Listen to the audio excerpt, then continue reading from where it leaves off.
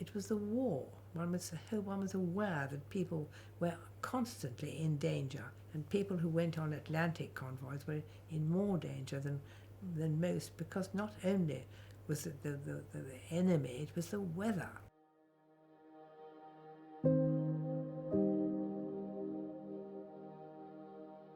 I was working in the plot in Belfast, and it was in Belfast Castle, and we looked down over the river and we could see ships coming in and out.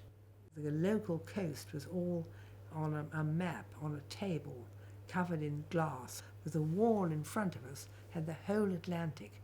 The whole wall was my responsibility and had to be up to about 10 minutes accuracy and so on. It was really quite a job.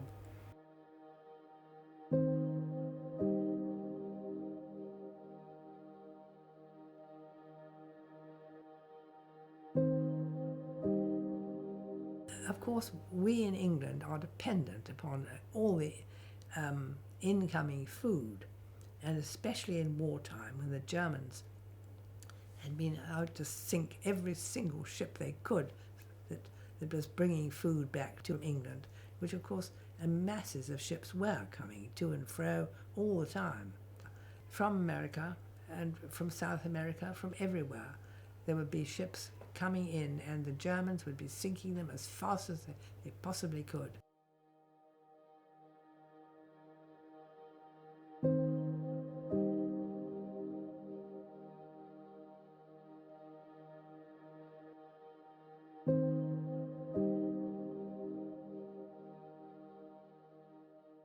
Then we developed the convoy system, which meant that you would have perhaps 20 or 30 ships, which were given very peculiar routes, zigzag, all over the place, nothing expected. The faster ones would be going at perhaps 8 to 10 knots.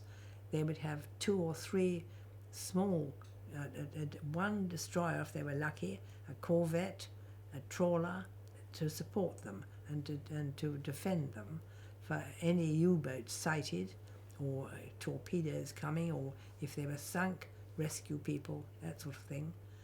That would be the convoy, the sort of aspect of it.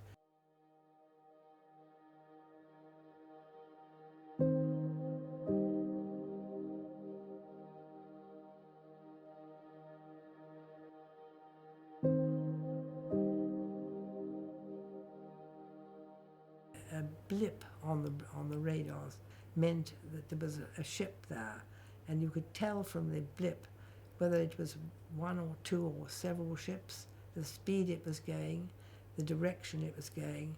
You could learn quite a lot from a radar blip.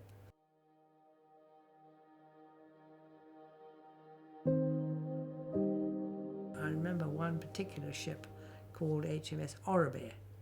She came in for repairs. She'd been in the Atlantic. She was with a group of fleet destroyers, and as soon as they landed, they sent an invitation out to come and have a drink, you know. So we all rushed down and had a drink. And in 10 days' time, I got engaged to John, the first lieutenant. So as these things happened in those days, 10 days seemed quite enough.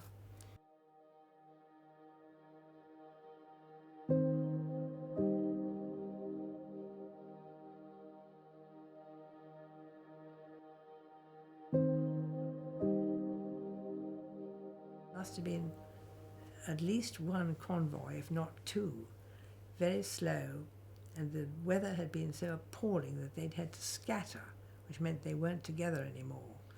And the escorts were coming from both sides of the Atlantic, but there was a very big gap in the middle where they couldn't possibly have air support. And John's ship had rammed this U-boat, and his ship had lost this huge hole in the bow. I was just waiting for the signals to come in, hoping that there'd be good news, but not really expecting it to be. He was in this battle, and I thought, here have I just secured this man, I'm going to lose him.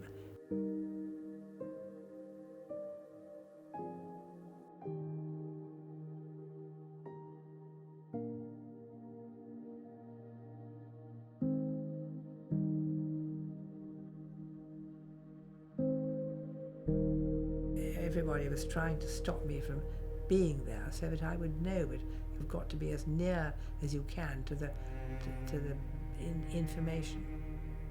They knew I'd be so worried and so on, but I was glued to it. Couldn't be anything else.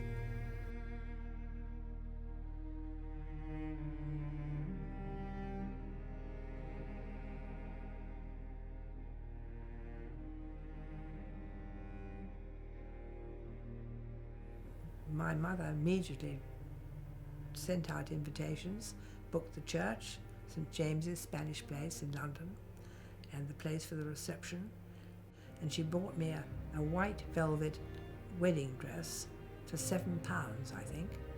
And I couldn't try it on. I was in Belfast and she was in England, so that was no good. It was roughly the right size, so it was really rather clever of her.